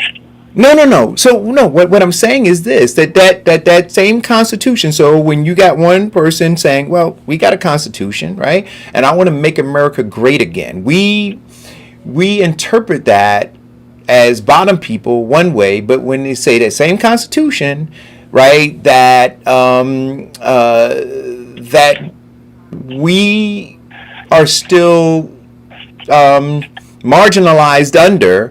You say restore the soul of America under that same Constitution. You're saying that it means something different for bottom people? No, that's not what I'm saying. No. So I'm trying to. The fundamental concept of the framers in making the Constitution exists in the part where they said that all men, not just men who are at the top of the caste system, but all men are created. No, I understand what it says, but I'm not talking about what it says. It doesn't say all men except bottom people. It does not say all men. Vincent, you're missing. Vincent, you're missing. Vincent, except black people. Vincent, but it says all men. I understand what it says, right? But what it says, and how we've been treated under the Constitution are two different things, correct? Correct. Okay, cool. So stop there. So I'm talking about how we've been treated, not what it says. So I'm saying based on how we've been treated for 400 years, what are we restoring?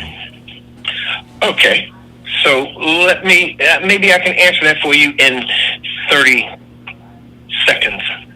Make America great again. No. I said restoring. No. I said restoring. Can I get my 30 seconds? No, only if you're going to answer my question. I didn't say make America great again. I said, what are we restoring? And now you're going back to make America great again. So if you're not going to answer my question, no, you don't get 30 seconds. So what we are restoring in terms of the soul of America. For 400 years. Everybody back to the idealism of the Constitution of all men being created equal and are granted certain unalienable rights. Right, but what I'm saying to you... What we've been because you keep going down that rabbit hole of what it says and what we got. No, right, because I want to know what we got. Making America great again is giving us back to what we got. Restoring the soul of America is getting us back to the idealism of equality. But wait a minute. Wait, Jody, one more. I got one more question. Wait, Jody, one more question, please. So under the ideal of equality, we got nothing. Wait a minute. Under the ideal. Wait a minute.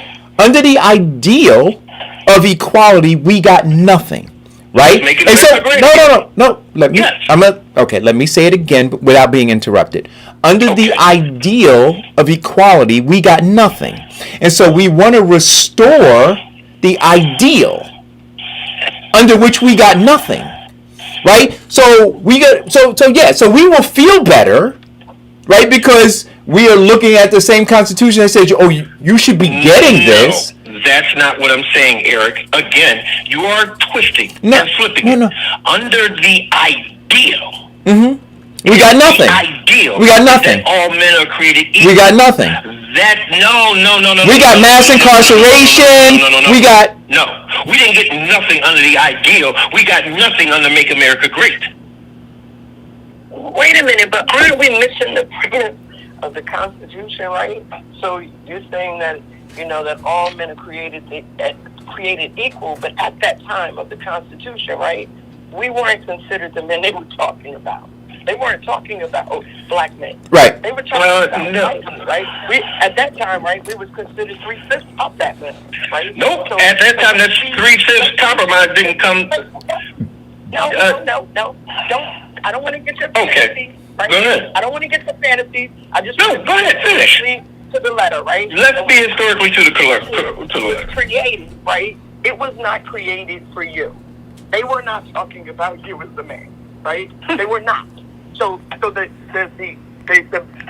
creation of that document was against us. right? The creation and what it meant and what it said had nothing to do with us, right? So when you say restore, you said restore or our restoration is about making us a part of that in which we were never a part of.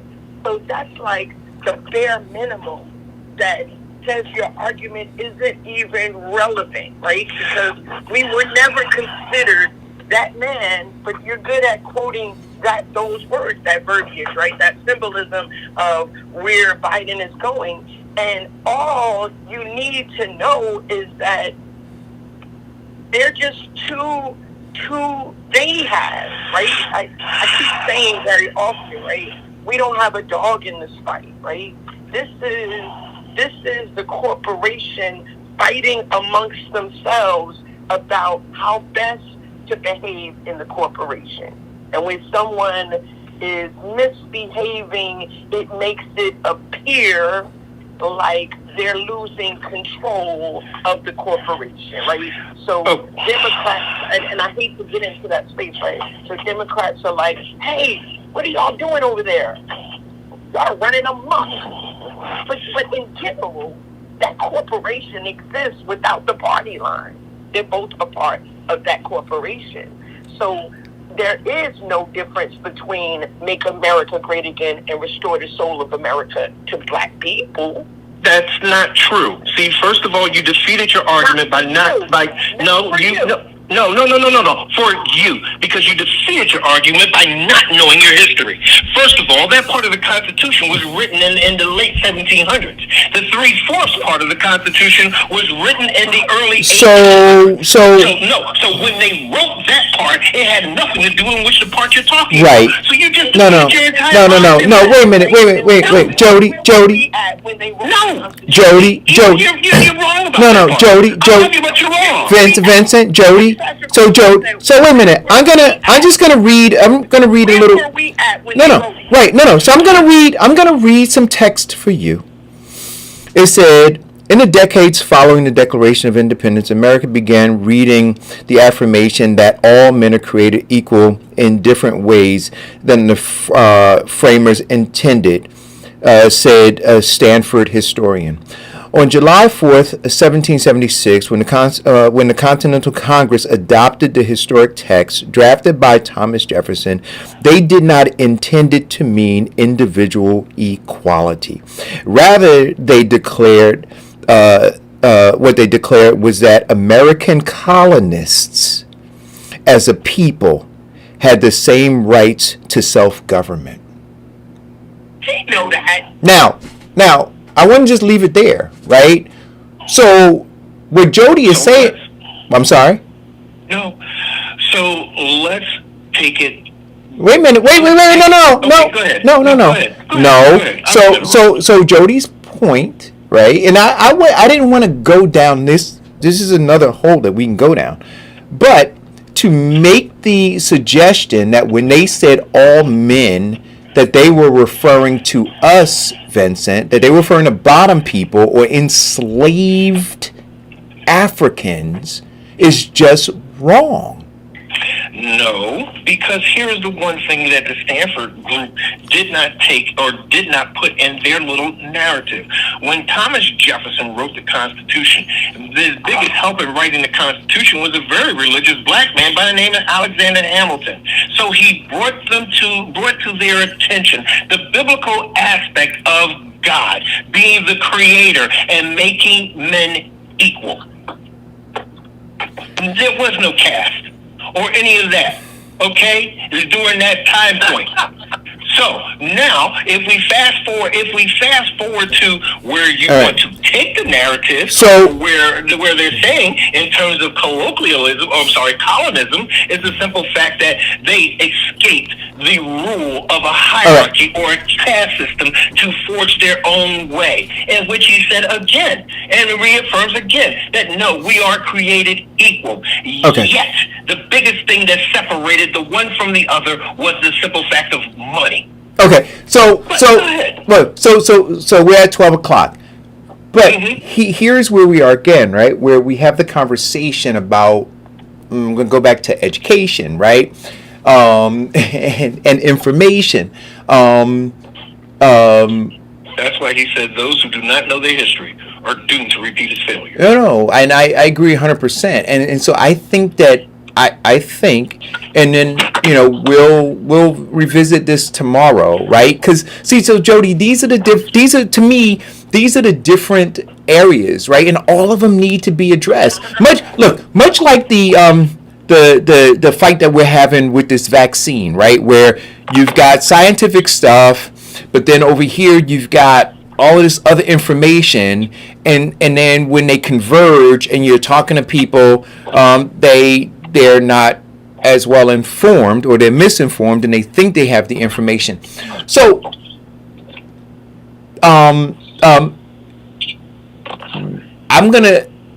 we're gonna unpack tomorrow for a brief amount of time, and then hopefully we can move on. And what I'll try to do... And just for the sake of argument, I hope people research the actual compromise, what brought about the 3/4 rule. No. No.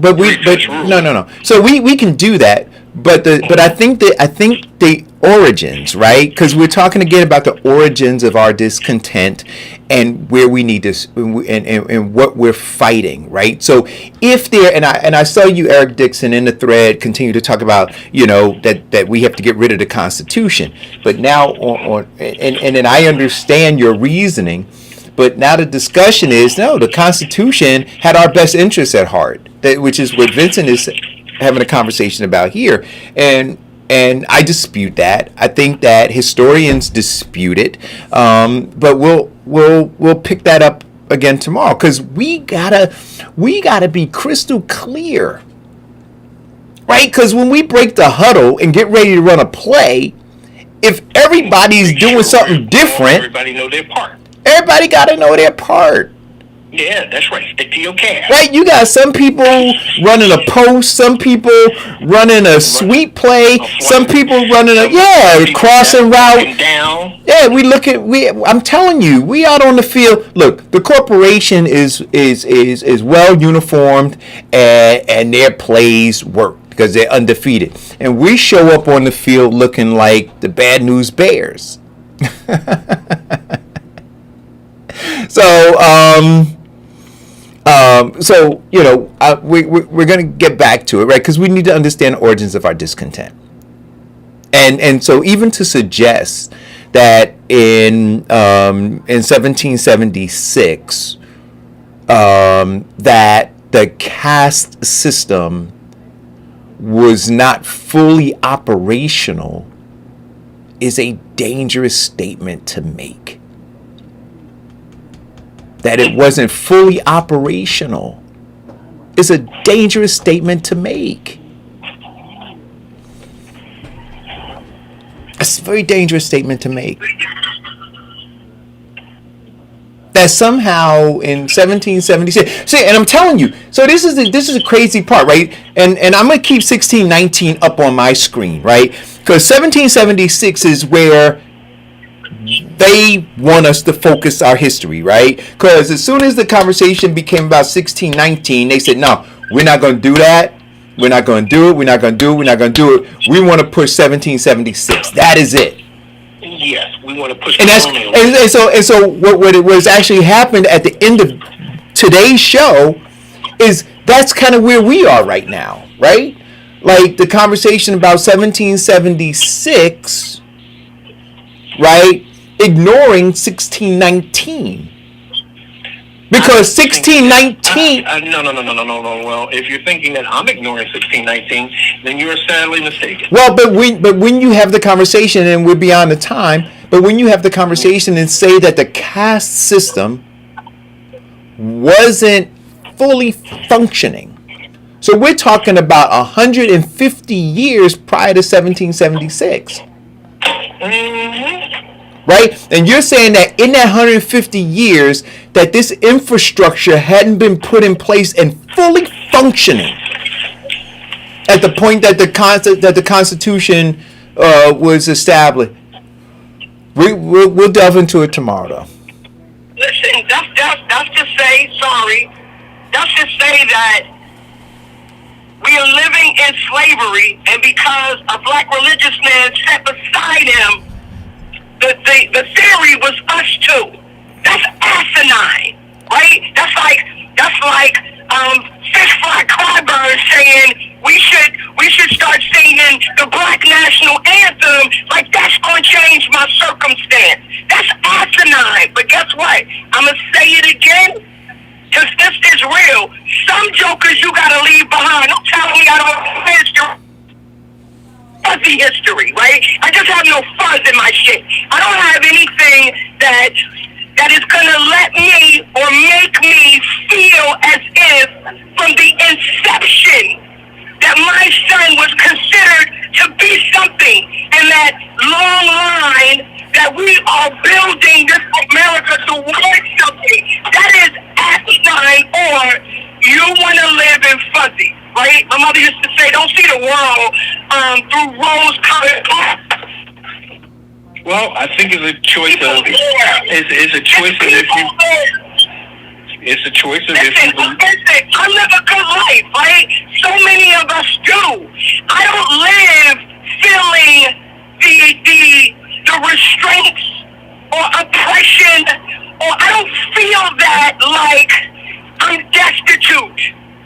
But I am a black then Jody, you are not a slave. No.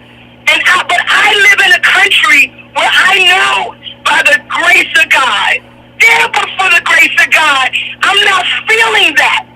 But it's too many feeling that for you to be making something fuzzy. It's just not fuzzy. Or using messaging like restore the soul to say that we moving forward. That is asinine. And Alec is good. He's like better at this than me, right? I'm just not that. I don't have to be. I don't have to be politically savvy. I'm gonna say, yo, you lost for whatever purpose, for however you got there, and I'm willing to leave you smoking. I'm willing to leave you smoking on the soul and the greatness and the restoration, because I know better than that. And the fact that you always have an excuse for that, or some play game you do with words that make you feel like you have intellectualized, or you're yeah, that's sad. But that's your shit. And some of us, we have to just leave them in their shit, Eric. Yeah. All right. Listen, guys. So I will be. So we'll. So we have to go a little further back. Right, for those of you who are now, based on this conversation, unclear about the Constitution and the meaning of all men are created equal, I'll have some text for you to review tomorrow, so that we can at least hopefully square that away, and then regain some traction in this conversation. But I'm telling you, and for those of you guys, look, some of you guys have moved forward in the class, right? Class, not cast, in the class, and are ready to go on to the next phase of what we need to be doing and fighting for. And some of you are still asking questions, and so, hopefully we can clear some of those up in terms of the Constitution, and then what are we fighting for, and then how we need to mount that effort. Because I'm telling you, we saw the fight on January 6th, and then we saw the support for the fighters right, over the weekend. No, what we saw is a bunch of cowards. No, they weren't. That's what I saw. No. I saw a bunch of cowards. Listen, I know. I understand. A bunch of cowards who are embarrassment to our country. I understand what you saw, but I think it takes. I think that they showed a lot of courage in saying to all of those who were fighting to uphold this caste system, "We got your back." I think it was a big cowardice, because they're saying all of those who are fighting to hold this caste system that we know is wrong, but we're going to support that because we're afraid of losing our political career. See, again. So there again, I don't believe that they think that it's wrong. I think that they think that it's right for them to be beneficiaries of the system that exists. I think that And I don't think they think there's anything wrong with that. The tactics they may look at and go, that was a little crass. I would have been more, I would have been more subtle about how I did it. But the end goal, they're not. The end goal is clear for all of them, and then that is to maintain their sense of superiority. And so, for them to courageously come out and do that, and what they believe is this, contrary to what we want to believe, what they know is 74 million people. 74 million got their back. Yeah, but what everybody talks about is the 74 million people who voted for the loser. And then nobody is saying anything about the 81 million people who voted for the winner. No, who got his back. Right, you know why? Because in the end, you got see in the end, and this is again losing focus, right? In the end, the winners and the losers, I'll tell you the winners and the losers. The winners are those who are still in control. And the losers are those who are still marginalized, right? And so back to Jody's point, the fact that there's no legislation, right? The fact that you have these executive orders, right, shows that you still have those people who are winners and you still have those people who are losers under this same construct. What 81 million did was tell that 74 million that, you know what, we're coming for you. Who said that? Legislation, we're coming for you. Change, we're coming for you. That's what that 81 million does. It puts them on alert that, you know what, y'all lost this election. We're going to keep our foot on the gas, and the next election we're going to gain more. And again, so all of that legislation to bring about that change that you're afraid of, guess what? It's coming. Right, and this is why for me this next book, in order that I've been reading them, is so amazing, right? So White Fragility. Because when we have a conversation about the 81 million that voted for Joe Biden, right? In that 84 million, you have a lot of people who won't change, who would never change places with me. Ever. I don't care how much money you gave them. They would never change places with me, right? And so you have a belief, right, that those people are on our side. And I'm saying to you, when he dog whistled to them that I'm going to restore the soul of America, those people felt more comfortable with Joe Biden. They felt less comfortable with a guy who said, I'm going to grab women by their pussies. They felt less comfortable with that guy. They feel more comfortable that this guy knows how to maneuver with what you call a scalpel, right? To make sure that their benefits stay intact and their hierarchical structure stays in place. That's what I see. So winners and losers, don't believe that the bottom cast by any stretch of the imagination is on the winning side of this thing. Thanks for tuning in. Right? Think about it. Read it. Restore the soul of America, make America great again. What is the difference? What are we fighting for? Thanks, guys, for tuning in. Tomorrow is Deidre Viney Day. Can't wait to have her on to talk about all of the great jobs that she has, and hopefully you guys are applying for them and picking up all the jewels that she's been dropping for the weeks that she's been on the show. See you tomorrow. When are we getting snow? Thursday? I think it's Thursday. Yeah, tomorrow and Thursday. Tomorrow and Thursday. But I think it may turn into stay freezing rain. So make your bum rush to the store to get your bread and water and milk. That's what they seem to always get, right? And toilet paper. And don't forget the toilet paper. Hey, if you run out, come to my house, because I stocked up on toilet paper during the beginning of the pandemic when they told me that it was going to be out of stock. You might want to be careful what you ask for. You have a bunch of people lined up at your door like it's free food. Toilet paper. All right, guys, listen. This was a robust conversation. We have to continue to have it, but we'll be discussing the Constitution tomorrow.